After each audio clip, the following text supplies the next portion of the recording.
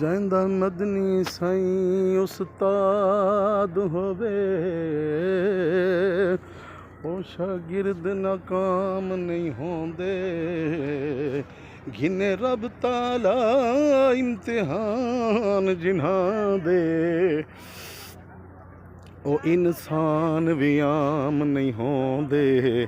ਕਰੇ ਮਦਹਾ ਖੁਦ ਕੁਰਾਨ ਜੈਂਦੀ, ਤੇ ਕਦੀ ਉਹ ਬਦਨਾਮ ਨਹੀਂ ਹੁੰਦੇ। ਤੂੰ ਤയ്यब ਵੀ ਤਾਰੀਫ ਕਰੇਂਦੇ, ਇਹ ਜੇ ਮੁਹਸਨ ਖਾਮ ਨਹੀਂ ਹੁੰਦੇ। ਮੈਂ ਪੁੱਛਿਆ ਹੈ ਕੁਰਾਨ ਕਨੂੰ, मेरे साईं दे सहाबा क्या है। मैं को पाक कुरान जवाब दिते, ए राजी रब दी रज़ा है। हर लग़ज़श तू महफूज भी है, ते आपस विच रोहा माहिर। बस तय्यबीन दी अज़मत दे ये बदर होने गवाहिन।